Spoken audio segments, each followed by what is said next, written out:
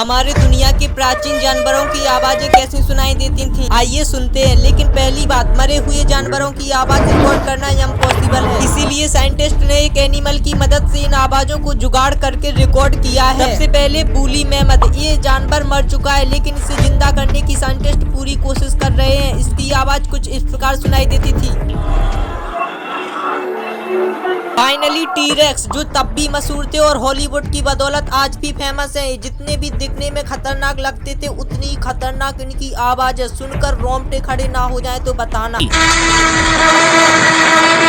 तो बताओ, किसकी आवाज सबसे डरावनी लगी?